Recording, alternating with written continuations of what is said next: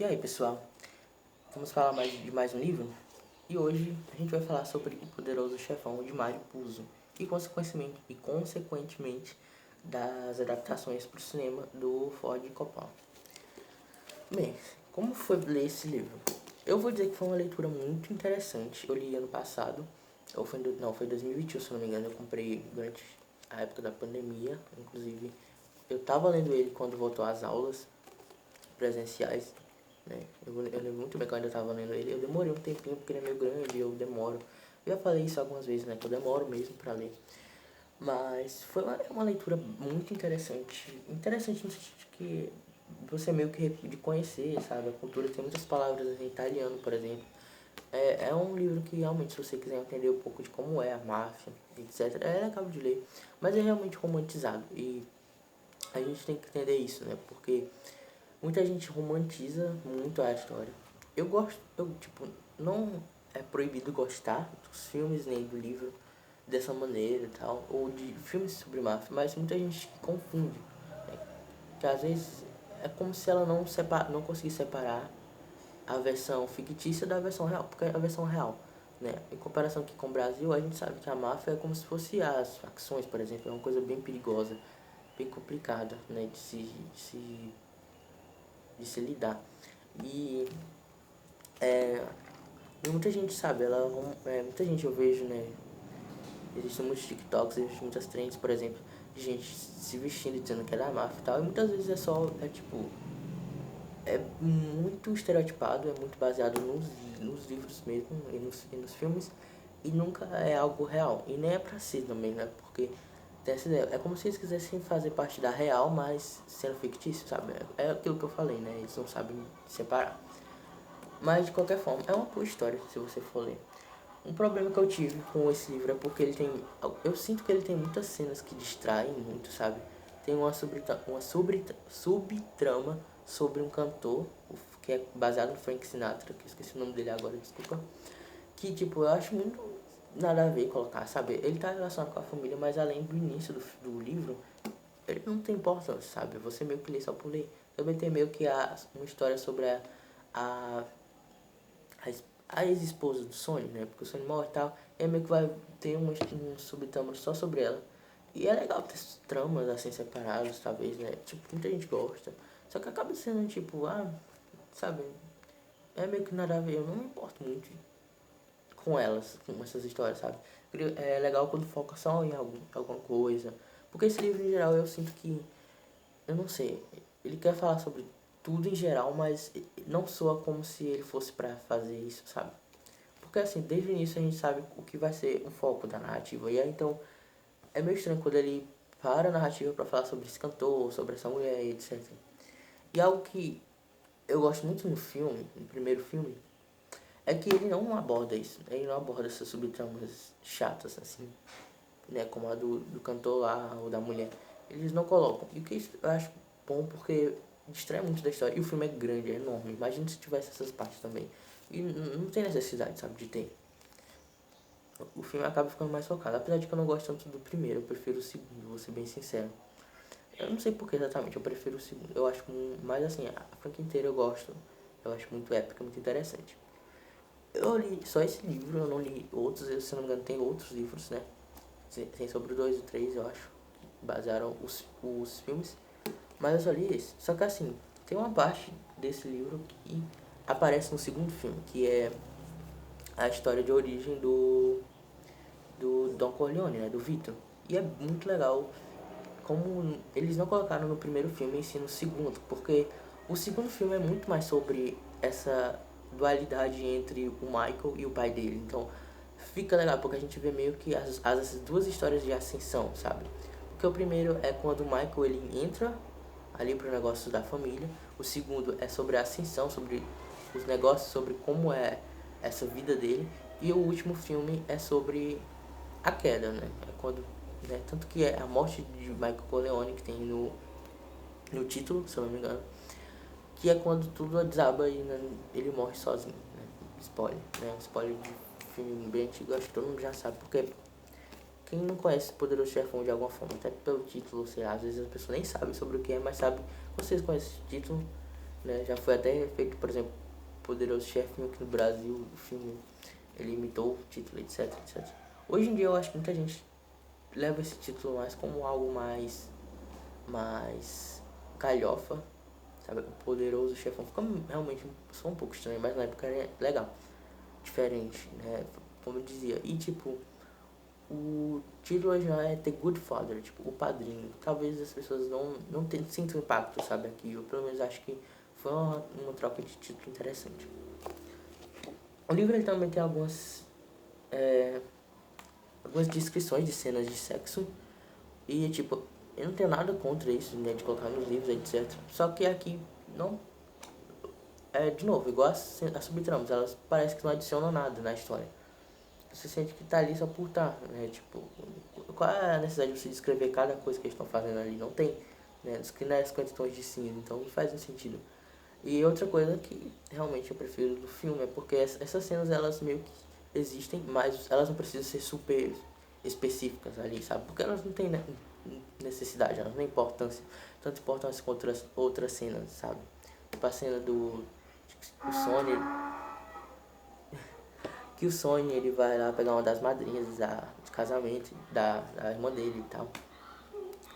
E aí tem a cena no filme, mas meio que você não vai ter todos os detalhes. E realmente é melhor que não tenha, porque não tem necessidade de ter isso no filme, sabe? Não é o foco narrativo. Assim, no geral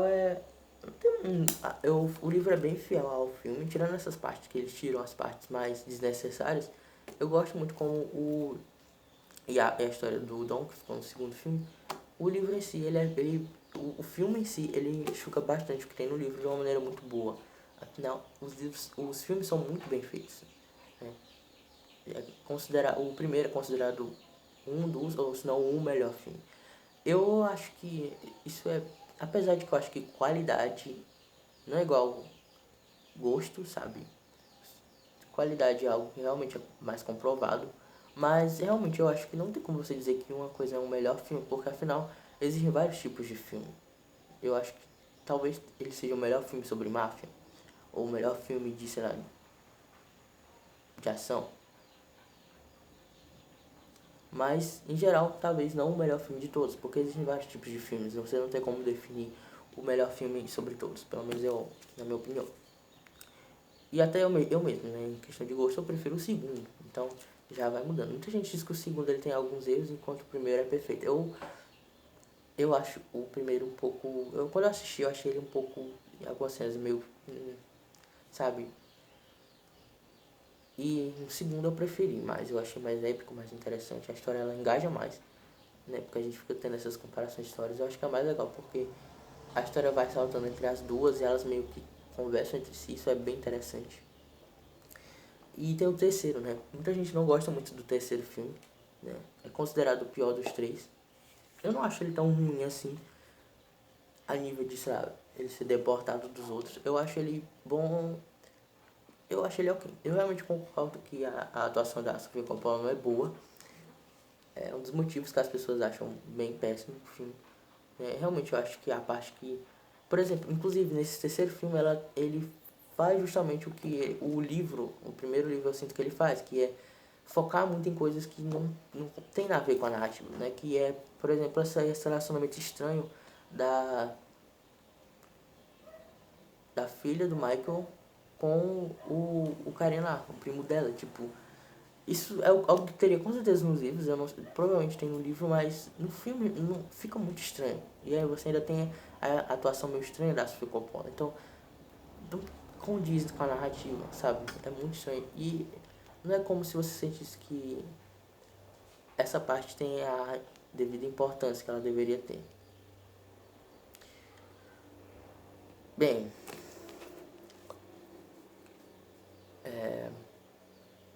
mas de todo modo eu gosto desse último filme. Ele encerra bem essa ideia de, tipo, o Michael ele conseguindo a ascensão dele, mas no final ele acaba sozinho, ele morre, afinal a filha dele morre, etc, etc. A gente vê que ele terminou completamente sozinho. E é muito triste quando a gente pensa e tal, é interessante. E realmente encerra bem a trilogia, eu gostei muito disso, de ter encerrado ali, porque tinha plano de serem feito um quarto filme, que seria mais, sei lá, um spin-off talvez, porque ia ser focado no menino, no Mancini. E tipo, qual a lógica de você dar um protagonismo pra ele, sabe? Ele não conversa com nada com o resto da franquia. E essa ideia é porque o Mario Puzo ele ia escrever mais um livro. E ele acabou falecendo, né? Talvez coisa do destino. Desculpa, Mario Puzo, nada contra você, nada contra sua família, nem nada, mas realmente foi bom não ter tido, porque se ele. Que com certeza iam ter feito um quarto filme e não ia ser tão bom. E tem uma série hoje em dia que foi lançada. Eu não sei nada sobre essa série, eu só sei que é relacionada ao Poderoso Chefão, que é The Offer. Eu não sei sobre o que é exatamente. Eu não sei se ela é sobre a produção do filme ou se ela é a produção, sabe, ela é sobre algo relacionado ao universo do livro e do filme, eu realmente não sei.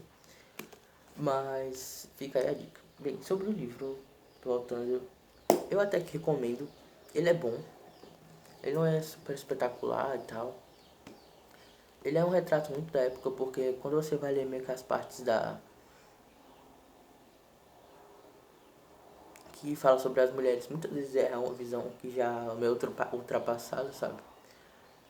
E também tem algumas partes meio racistas e outras partes meio homofóbicas, coisas muito da época também, né? Apesar de que eu não, sei lá, não me importei muito com isso, sabe? Eu preferi que não tivesse, porque, sei lá, qual a necessidade de ter. Mas enfim, tudo bem. E algo que o filme eles não fizeram, que foi isso, né? Não colocar essas cenas meio que gratuitamente preconceituosas, sabe? O que é legal. Porque o filme ele saiu alguns anos depois que o livro, eu acho, se não me engano. Mas enfim. Não, 1969. O livro saiu. O filme saiu pouco depois, então ok. Tá ok. é, eu acho que é isso, sabe? Né, também a figura da mulher, sabe? O que eu acho bem estranho, mas eu acho que também tem muito a ver com o costume da própria Itália, talvez, Itália conservadora, não sei lá. Mas também está relacionado aqui. De qualquer forma, é um livro interessante. Eu não sei se eu recomendo fortemente, mas é legal deixar, ainda mais se você gosta dos filmes, talvez seja uma ideia de cuidar. Eu li, uma rara exceção é que eu li esse livro antes de assistir o filme. Então foi. Não, pera. Se eu não me engano, eu li esse livro antes de assistir o filme. Eu assisti o filme depois, eu assisti o filme ano passado, eu acho. E depois de algum tempo é que eu assisti os outros dois, né? Juntinhos ali. E foi uma experiência interessante. Eu recomendo mais os filmes do que o livro, né? Pra ser sincero. Bem, pessoal, eu espero que vocês tenham curtido. E é isso, é mais um vídeo. Tchau.